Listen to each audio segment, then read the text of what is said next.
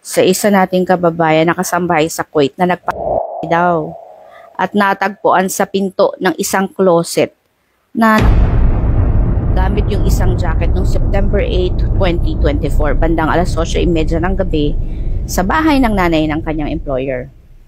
Siya si Joy Ocampo, taga Bicol, 34 years old, hiwalay sa asawa at may 3 anak. Si kabayan daw ay mahigit 1 taon ng OFW sa Kuwait.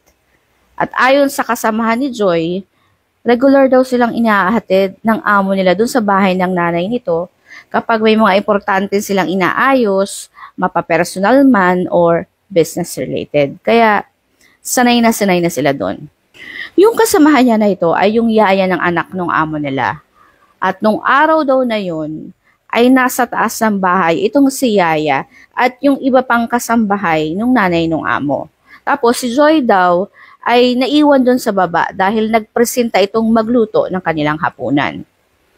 Mula sa second floor daw, ay narinig na nila si Joy na nakikipagsigawan at nakikipagtalo doon sa nobyo nito sa Pilipinas. Which is, hindi na daw iba sa kanila yon kasi lagi naman daw silang nag-aaway na dalawa. Tapos, after nila kumain at around 8 p.m. ay sinundo na sila ng kanilang amo. Nasa sasakyan na daw silang lahat pero si Joy ay hindi pa lumalabas ng bahay. Kaya pinuntahan na siya nung yaya para i-check kung ano pa yung ginagawa nito. Pagpunta daw ni Yaya sa kusina, wala dun si Joy. At kahit anong tawag niya ay hindi nasagot ito. Nung pagpasok daw niya sa isang kwarto, doon niya nakita si Joy na sa pinto ng isang aparador. Sobrang panik daw ni Yaya at agad tinawag yung mga amo niya sa labas. Lahat nagulat sa nangyari at nag-atubili naman daw yung employer nila na tumawag ng pulis at ambulansya pero wala na. Dead on arrival na. At ang cause of death ay idiniklarang.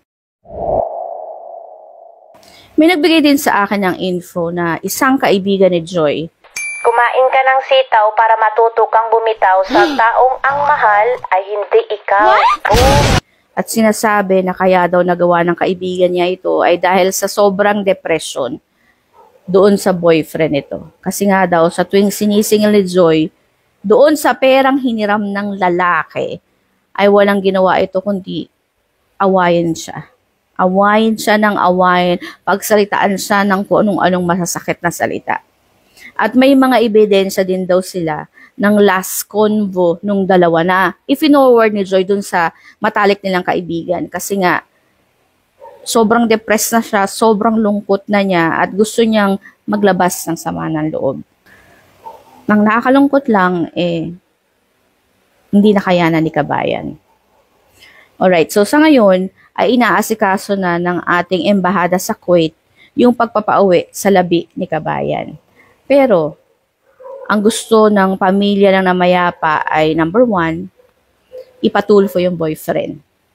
2, ibalik din ito yung perang hiniram niya at ang huli ay managot ito doon sa stress at depression na idinulot niya kay Joy na naging sanhi ng pagkamatay nito.